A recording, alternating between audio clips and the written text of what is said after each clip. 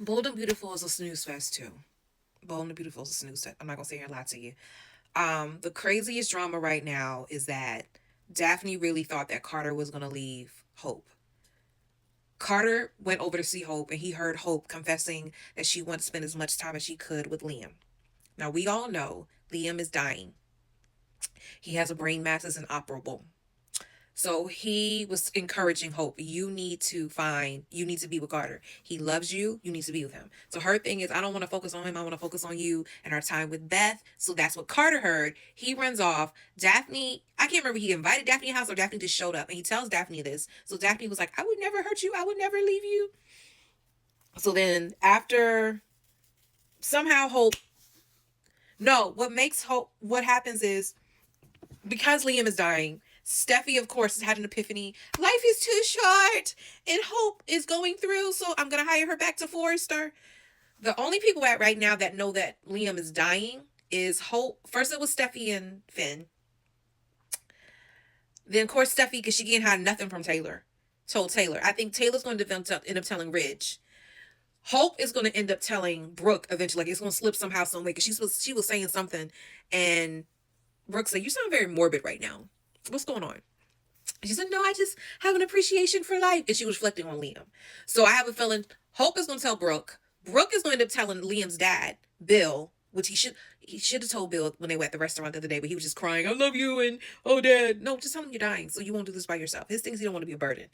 Um, Hope has already told Carter, which he had to because when Stephanie reinstated her back at Forrester, didn't reinstate her line, but reinstated her as an employee. She finally went over to Carter and admitted to Carter what was really going down. So she couldn't hide because Carter's thinking, no, you wanted to be with Liam. She said, no, this is the reason why I told him this. So, but Liam was just told by Dr. Buckingham that you have this brain tumor, but we can prolong your life by giving you treatment, but it may not be the best quality of life. So Liam is in this really a rock and a hard place because between a rock and a hard place because he does not know. I don't want to live longer, and what's the word? I can't really live. So they didn't really do a preview to next week. I'm noticing that they don't always do a preview for the previous week. They didn't really touch on Sheila and her evil granddaughter Luna. Um, but you know Luna's still trying to make a play for Bill's son. I can't think of his name right now. Katie, Brooke, and Eric are trying to get Ridge to see Brooke is where you need to be. I know you're committed to Taylor, but Brooke is where you need to be. And what I don't like about Ridge, and this, I lost respect for Ridge for a very long time because you keep going back. You're quick to jump in Taylor's arms when you think Brooke just sneezes the wrong way.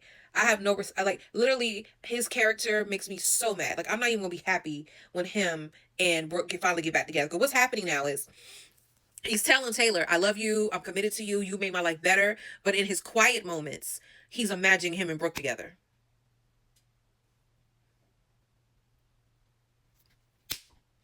So, and to me, if I was Brooke, I wouldn't want you back. Because not only did you leave me quickly because you thought I was doing the wrong thing, you disrespected my daughter to a level of disregard that was very disrespectful. And I know I said disrespectful twice, but y'all, he was just straight out rude. Um, just I just whatever. So then, let me go back to Daphne Rose. Daphne Rose was determined her and Carter were going to be. I've fallen in love with him. He never was in love with you. He was captivated by you. He was attracted to you, but he was not in love with you. Like him and Hope are going to be the next wedding. I hope they're going to be the next wedding. Really hurting is when he finally admits to Taylor, you know what, I love Brooke. And because Taylor's confident, I know you're not going anywhere. Did you forget his patterns?